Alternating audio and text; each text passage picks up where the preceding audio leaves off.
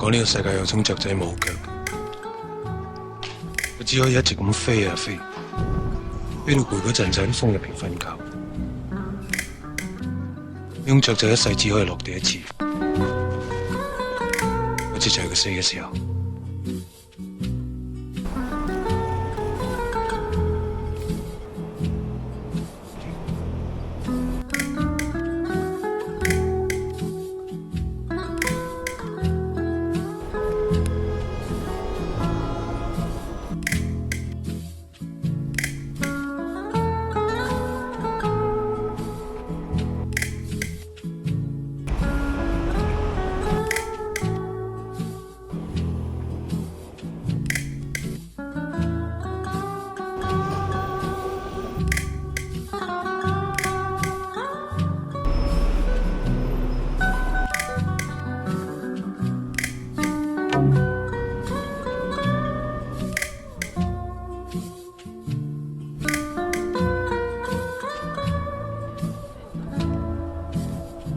1960年4月16號下晝3點之前1分鐘，你同佢埋一齊，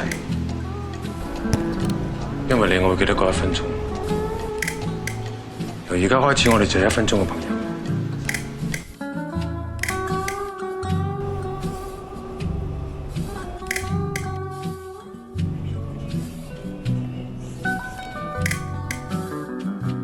當我離開呢間屋嘅時候，我知道喺我後面有一對眼望住我。我一定唔會擰返轉頭，我只不過係想見下佢，知道佢係點嘅樣。既然佢唔俾呢個機會我亦都唔會俾呢個機會佢。